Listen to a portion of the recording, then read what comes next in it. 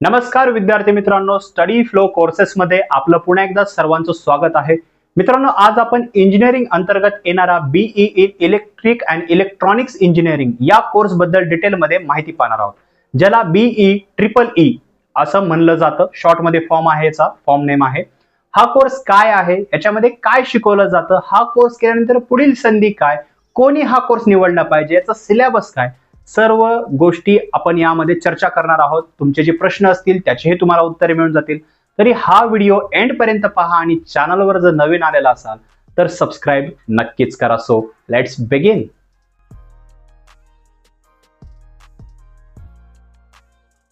तर मित्रांनो, सर्वप्रथम पाहूया की हा कोर्स नेमका काय शिकवतो. शॉर्ट मध्ये जर सांगायचं म्हणलं तर इंडस्ट्री रिलेटेड जे प्रॉब्लेम्स असतात, जे इश्यूज असतात, त्यांना सॉल्व्ह करायचं काम म्हणजे जोही विद्यार्थी हा कोर्स कंप्लीट करतो त्याचा जॉब रोल बनतो. आता याच्यामध्ये व्हेरियस जॉब्स आहेत किंवा काय काय प्रकारचे प्रॉब्लेम्स आहेत ते आपण पुढे पाहणार आहोत. पण शॉर्ट मध्ये सांगायचं म्हणलं तर इंडस्ट्री रिलेटेड प्रॉब्लेम्स काय असतात, जसं वेगवेगळ्या मोठ्या कंपनीज असतात जिथे समजा इलेक्ट्रॉनिक्स जे इक्विपमेंट्स बनतात, तर त्याच्यामध्ये फॉल्ट्स आले तर त्याला दूर करणं, त्याचं सॉफ्टवेअर कशा प्रकारे वर्क करतं किंवा ते सॉफ्टवेअर डेव्हलप करणं किंवा त्याच्यामध्ये काही त्रुटी असतील त्याचा दूर करणं, या सर्व गोष्टींचं जे म्हणजे जॉब असतात ते तुम्हाला याच्यामध्ये मिळतात आणि या सर्व गोष्टींचा अभ्यासच तुम्हाला या कोर्समध्ये पाहायला मिळतो. हा कोर्स 4 वर्षाचा आहे आणि हा कोर्स रेग्युलर बेसिस मध्येच अवेलेबल आहे. तर मित्रांनो, आता पाहूया की या कोर्सला ऍडमिशन घेण्यासाठी तुमची शैक्षणिक पात्रता काय पाहिजे, म्हणजे तुम्ही काय कंप्लीट केलं पाहिजे. तर बघा, 12वी तुमची कंप्लीट असलं पाहिजे किंवा इक्विलंट तुम्ही डिप्लोमा तरी कंप्लीट केलेला असला पाहिजे. जर तुम्ही 2 वर्षाचा डिप्लोमा 10वी नंतर कंप्लीट केलेला असेल तरी तुम्ही या कोर्सच्या सेकंड इयर मध्ये ऍडमिशन घेऊ शकता किंवा 12वी जर तुम्ही कंप्लीट केलेली असेल तुम्ही फर्स्ट इयर मध्ये ऍडमिशन घेऊ शकता. आता हे 12वी वरच का बरं आहे, कारण हा डिग्री स्तरावरील कोर्स आहे आणि डिग्री स्तरावरील कोर्स तोच विद्यार्थी करू शकतो ज्याची 12वी कंप्लीट झालेली आहे.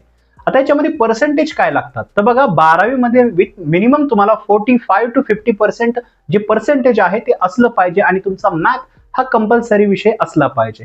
मॅथ कंपल्सरी कशामुळे, कारण जे इंजिनिअरिंगचं क्षेत्र आहे यामध्ये कोणताही कोर्स तुम्ही चूज करणार असाल तर मॅथ हा विषय जो असतो तो कंपल्सरी असतो. तो मेक शुअर तुम्हाला 12वी मध्ये मिनिमम 45 to 50% मार्क्स जे पर्सेंटेज आहे ते पडलेले असावे आणि तुम्ही मॅथ हा विषय तुमचा 12वी मध्ये असला पाहिजे. तर मित्रांनो, आता पाहूया की या कोर्सची ऍडमिशन प्रोसेस काय आहे. तर बघा, याची ऍडमिशन प्रोसेस जी आहे ती ऑनलाईन ऍज वेल एज ऑफलाईन पद्धतीने म्हणजे या 2 मोड मध्ये जे आहे तो तुम्ही करू शकता. याचे जे ऍडमिशन असते ते डायरेक्ट ऍडमिशन ऍज वेल एज एंट्रन्स एक्झाम बेस पण ऍडमिशन असते. डायरेक्ट ऍडमिशन कशा प्रकारे चालते, तर जेही कॉलेज हा कोर्स ऑफर करत आहेत, उदाहरणार्थ तुम्ही एखादं कॉलेज चूज केलेलं आहे, कॉलेज आपण पुढे पाहणार आहोत, पण समजा एक कॉलेज तुम्ही चूज केलं आहे किंवा तुमचं गव्हर्नमेंटचं कॉलेज आहे, सिंपल तुम्हाला डायरेक्ट कॉलेजमध्ये जायचं आहे, तुमचे डॉक्युमेंट सबमिट करायचे आहेत आणि जी फी असते ती पे करायची आहे. ही जी फी असते ती दरवर्षी चेंज होत राहते. गव्हर्नमेंट कॉलेजेसमध्ये ही फी कमी पाहायला मिळते, पण जे प्रायव्हेट कॉलेजेस असतात तिथं फी जास्त असते. ते स्ट्रक्चर आपण पुढे पाहूया. ज्यावेळेस तुम्ही फी पे करता तुमचं जे ऍडमिशन असतं ते होऊन जातं. पण जे डायरेक्ट कॉलेज असतात काही ठिकाणी तुमचे सीईटीचे मार्क्स सुद्धा पाहिले जातात किंवा तुम्ही जर जेई याचं प्रिपरेशन करून जर परीक्षा दिली असतील तर ते सुद्धा एंट्रन्स एक्झामचे मार्क्स असतात ते पाहिले जातात. ते एंट्रन्स एक्झाम दिली आहे का, त्याच्यात मार्क्स किती पडले आहेत, या बेसिसवर सुद्धा ऍडमिशन जे आहे ते दिलं जातं. दुसरं असतं एंट्रन्स एक्झाम बेस. आता जे टॉपचे कॉलेजेस असतात या ठिकाणी तुम्हाला एंट्रन्स एक्झाम सुद्धा द्यावी लागते. 11वी 12वी मध्ये जोही सिलेबस तुम्ही अभ्यासलेला आहे त्या बेसिसवरच तुमची जी एक एंट्रन्स एक्झाम घेतली जाते जी कॉलेज स्तरावरची असते. ही परीक्षा तुम्ही द्यावी लागते, या परीक्षेला अपेअर व्हावं लागतं, या परीक्षेमध्ये तुम्हाला मेरिटमध्ये यावं लागतं, शॉर्टलिस्ट केलं जातं आणि आफ्टर दॅट तुम्ही तुमची सीट जी आहे ती क्लेम करू शकता, but after paying the fee. Fee खूप इम्पॉर्टंट आहे. फी पे केल्यानंतर जे आहे तुमचं जे ऍडमिशन असतं ते कन्फर्म होतं. तर मित्रांनो, जे ऍडमिशन प्रोसेस आहे ती अशा प्रकारे वर्क करते. पण जेही कॉलेज तुम्ही चूज करणार आहात त्या आधीच तुम्हाला पाहायचं आहे की तिथं कोणत्या प्रकारचे ऍडमिशन तुम्हाला पाहायला मिळते. तर मित्रांनो, आता आपण याच्या कालावधीबद्दल सविस्तर पद्धतीने पाहणार आहोत. मित्रांनो, याचा कालावधी तुम्हाला 4 वर्षाचा पाहायला मिळतो. हा एक रेग्युलर कोर्स आहे, रेग्युलर बेसिसवरच तुम्हाला कंप्लीट करावा लागतो. म्हणजे तुम्ही ऍडमिशन जर घेतलं तर तुम्हाला कॉलेजमध्ये जाऊन हा कोर्स कंप्लीट करावा लागतो.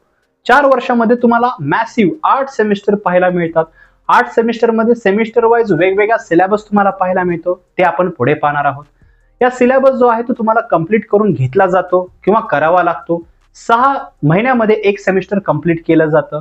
यामध्ये तुमचे प्रॅक्टिकल्स, वायवा, थेअरी सर्व गोष्टींचा अभ्यास असतो किंवा सर्व गोष्टींची प्रोसेस असते ती कंप्लीट केली जाते. ईच सेमिस्टर इम्पॉर्टंट आहे. लास्ट इयर मध्ये जे आहे तुम्ही ज्यावेळेस म्हणजे तुमचं इंटर्नशिप वगैरे बी असू शकते किंवा तुम्ही लास्ट इयर मध्ये कॅम्प थ्रू तुमचं सिलेक्शन होऊ शकतं, पण त्यासाठी तुम्हाला डिग्री जी आहे ती सिरियसली करणं गरजेचं असतं. ज्यावेळेस तुम्ही 4 वर्ष कंप्लीट करता ते डिग्रीचे सर्टिफिकेट तुम्हाला मिळते, जे तुम्ही फर्दर स्टडीज मध्ये यूज करू शकता किंवा गव्हर्नमेंट एक्झामला अपेअर होण्यासाठी यूज करू शकता किंवा प्रायव्हेट सेक्टरमध्ये किंवा जे वेगवेगळे IT सेक्टर्स असतात अशा ठिकाणी सुद्धा जॉब वॅकन्सीज तुमच्यासाठी अवेलेबल असतात. तर अशा ठिकाणी जॉब मिळवण्यासाठी सुद्धा या डिग्रीचा वापर करू शकता. याच्यामध्ये कोणकोणत्या जॉब्स आहेत, त्यांची ऍव्हरेज सॅलरी ते आपण पुढे पाहणार आहोत. तर मित्रांनो, याच्या कॉलेजेस बद्दल आपण इथे पाहणार आहोत. तर काही टॉपचे कॉलेजेस आहेत, जसं पुण्यामध्ये COEP कॉलेज आहे, इथे तुम्हाला हा कोर्स जो आहे तो ऑफर केला जातो. तसेच PICT कॉलेज आहे, JSPM कॉलेज आहे, मुंबईमध्ये कॉलेज ऑफ इंजिनिअरिंग आहे, रामदेव बाबा युनिव्हर्सिटी सुद्धा आहे, इथे सुद्धा हा कोर्स जो आहे तो ऑफर केला जातो. MIT कॉलेज आहेत, इथे सुद्धा हा कोर्स जो आहे तो ऑफर केला जातो. जर तुम्ही IIT म्हणजे जर समजा JEE ऍडव्हान्स वगैरे ही एक्झाम्स क्रॅक केल्या तर IIT खूप सारे आहेत महाराष्ट्राच्या बाहेर, इथेही हा कोर्स ऑफर केला जातो. पण ती एंट्रन्स एक्झाम जी आहे ती हार्ड आहे. पास आउट तुम्हाला यावं लागेल, जे आहे रँकमध्ये यावं लागेल, त्यावेळेस तुम्हाला ऍडमिशन जे आहे त्या कॉलेजमध्ये मिळतं. आता महाराष्ट्रामधले जे हे कॉलेज आहेत ॲज वेल ॲज हे बाहेरचे कॉलेज आहेत, इथं फी सुद्धा व्हेरी करते. समजा तुमच्या आजूबाजूलाही कॉलेज असतील तर इथे तुम्हाला जी वार्षिक फी असते ती 40,000 ते 50,000 रुपये पण पाहायला मिळते. पण जे टॉपचे कॉलेज असतात, कॉलेज जसे जसे तुम्ही वाचाय चालू करता, ज्यांची समजा रेटिंग चांगले आहे, जिथे शिकवला जातो खूप चांगल्या प्रकारे, अशा कॉलेजेसची फी तुम्हाला वार्षिक फी जी असते ती 1,00,000 ते 1,50,000 रुपयापर्यंत सुद्धा पाहायला मिळते. म्हणजे ओव्हरऑल तुमचा जो खर्च असतो तो जवळपास 5 ते 6 लाख रुपये सुद्धा जाऊ शकतो. अदरवाईज तुमचा जो खर्च आहे तो 1.5 ते 2 लाख रुपये सुद्धा जाऊ शकतो. पण हे सर्व कॉलेजवर डिपेंड आहे. आता हे कॉलेज जे असतात ते डिस्क्रिप्शनच्या फर्स्ट लिंक मध्ये जे आहे मी तिथे दिलेले आहे, त्याला क्लिक करून तुम्ही ते कॉलेज रीड करू शकता आणि ऍडमिशन घ्यायच्या आधीच तुम्हाला या गोष्टीची जी आहे ती काळजी घ्यायची आहे.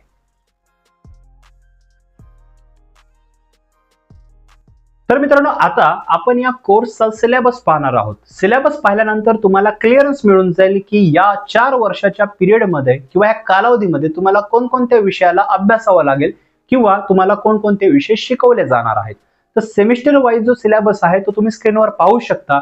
यामध्ये तुम्हाला applied mathematics, applied physics, applied chemistry, manufacturing process, introduction to computers and AutoCAD, electrical science, impact of science and technology on society, as well as power systems, circuits and system, digital electronics, object oriented programming using C++, digital signal processing, utilization of electrical energy, advanced control systems, electrical drivers, elective विषय जसे HVDC transmission, flexible AC transmission systems, या सर्व विषयांचा तुम्हाला अभ्यास करायला मिळतो.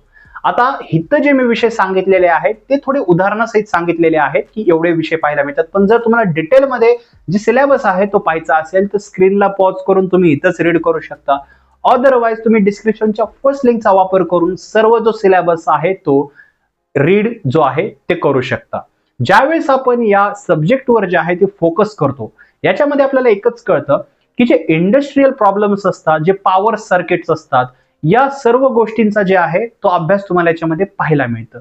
Real world problem solve करणे असेल किंवा सर्किट प्रॉब्लेम सॉल्व्ह करणे असेल, टेक्नॉलॉजीला अजून बेटर बनवणं किंवा हे सोसायटीसाठी अजून कसं रिलायबल होऊ शकतं किंवा अजून याच्यामधलं म्हणजे समजा आता आपण इव्होल्युशन कडे पाहिलं. समजा पहिले स्मार्टफोन कसे होते, नंतर स्मार्टफोन कसे झाले. पहिले स्मार्टफोन खूप जाड असायचे, आज खूप थिन आहेत. पहिले खूप स्लो असायचे, आज खूप फास्ट आहेत. हे इनोव्हेशन मुळे झालेलं आहे. हे इनोव्हेशन का होतं? ज्यावेळेस अशा प्रकारचे जे कोर्स असतात, ज्यावेळेस सिरियसली केले जातात, विद्यार्थ्यांमध्ये इनोव्हेशन करण्याची जी ताकद असते किंवा स्किल असते ती डेव्हलप होते. हा कोर्स जो आहे तो अशाच प्रकारचं इनोव्हेशन किंवा अशाच प्रकारचे प्रॉब्लेम सॉल्व्हिंग तुम्हाला शिकवतो. हे सर्व सिलेबस तुम्हाला जो आहे तो याबद्दलच जो आहे तो तुम्हाला पाहायला मिळतो. सर्व सिलेबस डिटेलमध्ये जे आहे ते डिस्क्रिप्शनच्या लिंकमध्ये दिलेला आहे, चेकआउट करायला विसरू नका. तर मित्रांनो, आता पाहूया की हा कोर्स केल्यानंतर पुढील संधी तुम्हाला काय पाहायला मिळतात. तर ज्यावेळेस तुम्ही याच्यासाठी ऍडमिशन घ्याल आणि 4 वर्ष तुम्ही कंप्लीट कराल, तर बघा सिरियसली जर तुम्ही डिग्री कंप्लीट केली, चांगल्या कॉलेजमधून जर केली, तर कॅम्पस थ्रू तुमचं सिलेक्शन होऊ शकतं आणि तुम्हाला जॉब सुद्धा जो आहे तो मिळू शकतो. पण हे सर्व तुमच्या अभ्यासावर डिपेंड आहे आणि तुम्ही कोर्स किती सिरियसली करत आहात त्याच्यावर डिपेंड आहे. दुसरं, ज्यावेळेस तुम्हाला डिग्रीचे सर्टिफिकेट मिळते, तुम्ही हायर एज्युकेशनसाठी जाऊ शकता. तुम्ही बीई केल्यानंतर पुढे तुम्ही एमई करू शकता. एमई इन इलेक्ट्रिकल आणि इलेक्ट्रॉनिक्स इंजिनिअरिंग किंवा इतर तुम्ही जे इक्विलंट अभ्यासक्रम आहेत त्यामध्ये जाऊ शकता. ॲज वेल एज तुम्ही पुढे पीएचडी आणि मास्टर्स करू शकता. सर्वजण करत नाहीत, पण जर तुमच्याकडे विलिंग पॉवर आहे, जर तुम्हाला अजूनही स्किल्स मिळवायच्या आहेत, अजूनही शिक्षण तुम्हाला घ्यायचं आहे किंवा तुम्हाला याची परमिशन आहे, पॅरेंट्सची कन्सल्ट करून, शिक्षकांची कन्सल्ट करून तुम्ही हा निर्णय जो आहे तो घेऊ शकता, जेणेकरून तुमचे भविष्यामध्ये नोकरीमध्ये हायर पॅकेजेस सुद्धा मिळू शकतात. दुसरं ऑप्शन आहे तुमच्याकडे गव्हर्नमेंट एक्झाम प्रिपरेशन.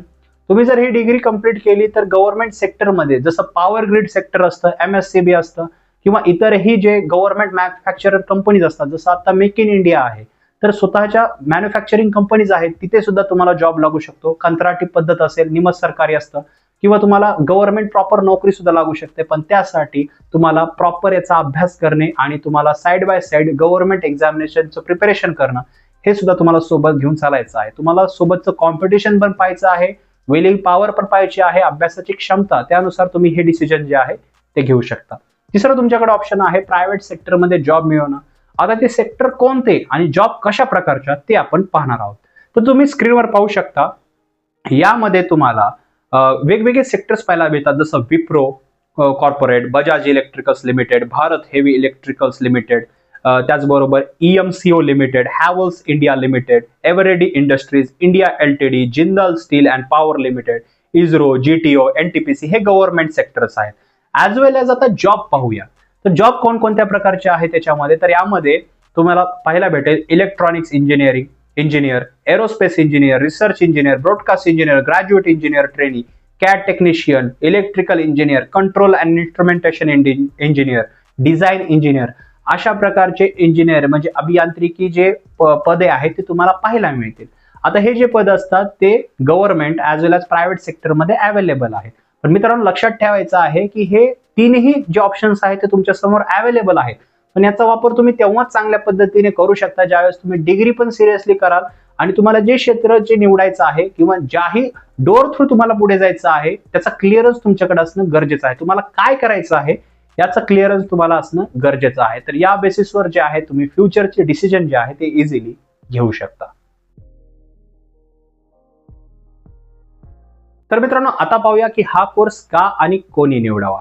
विद्यार्थी मित्रांनो, जर तुम्हाला इंजिनिअरिंग क्षेत्रामध्ये यायचं असेल आणि तुमच्या समोर जर असे ऑप्शन्स असतील की तुम्हाला समजा जे रिअल वर्ल्ड प्रॉब्लेम सॉल्व्ह करायचे आहेत किंवा तुम्हाला घरामध्ये कोणी हा कोर्स केलेला आहे, इलेक्ट्रिकल क्षेत्रामध्ये किंवा इलेक्ट्रॉनिक क्षेत्रामध्ये तुम्हाला रिसर्च करायला आवडणार आहे किंवा हे कसे इक्विपमेंट काम करतात, सर्किट बोर्ड कशा प्रकारे काम करतात, समजा आपले स्मार्टफोन्स, लॅपटॉप, टॅबलेट्स जेही सध्या कंपनीजमध्ये हे कसे बनतात, कसे युटिलाइज केले जातात, याच्यामध्ये इनोव्हेशन कसं होतं, या सर्व गोष्टींचा अभ्यास करायची आवड असेल आणि तुम्हाला इंजिनिअरिंगची डिग्रीच करायची असेल तर तुम्ही हा कोर्स जो आहे तो चूज करू शकता.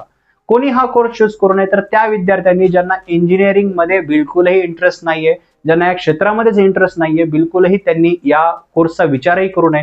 तुमच्यासाठी समजा पॅरामेडिकल, मेडिकल किंवा आर्ट्स, कॉमर्स हे वेगवेगळे सब्जेक्ट जे आहेत ते अवेलेबल आहेत. तिथे कोर्स करून तुम्ही इतरही नोकरी जी आहे ती मिळवू शकता. ॲज वेल एज तुम्हाला कोणत्या गोष्टींची काळजी घ्यायची आहे तर बघा, कोर्स निवडत असताना तुम्हाला जे आहे या सर्व गोष्टींची तर चर्चा करायचीच आहे, ज्यांनी कोर्स केला आहे किंवा ज्यांना एक्सपिरियन्स आहे त्यांच्यासोबत. पण ॲज वेल एज तुम्हाला कॉलेजही चांगलं चूज करायचं आहे, जेणेकरून तुम्हाला लास्ट इयर मध्ये जे आहे कॅम्पस थ्रू जे असतात, कॅम्प येतात, कॅम्पस थ्रू तुमचं सिलेक्शन होऊ शकतं किंवा तुम्हाला पुढे परदेशात जाण्याची संधी मिळत असेल तर पुढे तुम्ही परदेशात ME करून जे आहे एक हायर पॅकेज सुद्धा मिळू शकतं. याचे पॅकेजेस जे असतात ते 5 lakh to 7 lakh, 8 lakh per annum सुद्धा मिळतात आणि तुमचा एक्सपिरियन्स चांगला असेल, हायर एज्युकेशन असेल किंवा तुम्ही चांगल्या प्रतिष्ठित विद्यापीठामधून जर डिग्री कंप्लीट केली असेल तर तुम्हाला त्या बेसिसवर सुद्धा जे आहे ते हायर पॅकेज जे आहे ते मिळू शकतं. मित्रांनो, या रिगार्डिंग तुमचे काही क्वेश्चन्स असतील तर खाली कॉमेंट सेक्शन मध्ये विचारा. व्हिडिओ आवडला असेल तर लाईक करा. तसेच इंजिनिअरिंगचे इतर कोर्स पाहण्यासाठी प्लेलिस्ट चेकआउट करा विसरू नका. आपल्या चॅनलवर इतरही कोर्स आम्ही अपलोड करत आहोत रेग्युलर बेसिसवर. ते पाहण्यासाठी चॅनलला आत्ताच सबस्क्राईब करून त्या ऑल नोटिफिकेशनवर क्लिक करायला विसरू नका. तसेच आपली इतर माहिती वाचण्यासाठी जी आपण व्हिडिओमध्ये डिस्कस केली नाहीये, तर डिस्क्रिप्शनच्या फर्स्ट लिंकचा वापर करून ती माहिती तुम्ही रीड करू शकता. आणि जरी तुम्हाला काही गायडन्स पाहिजे असेल, काय प्रश्न असतील, आमच्याशी चर्चा करायची असेल, ते इंस्टाग्रामची लिंक सुद्धा अवेलेबल आहे डिस्क्रिप्शनमध्ये. तर मित्रांनो, मी मिळतो तुम्हाला पुढच्या व्हिडिओमध्ये. तोपर्यंत थँक्स फॉर वॉचिंग.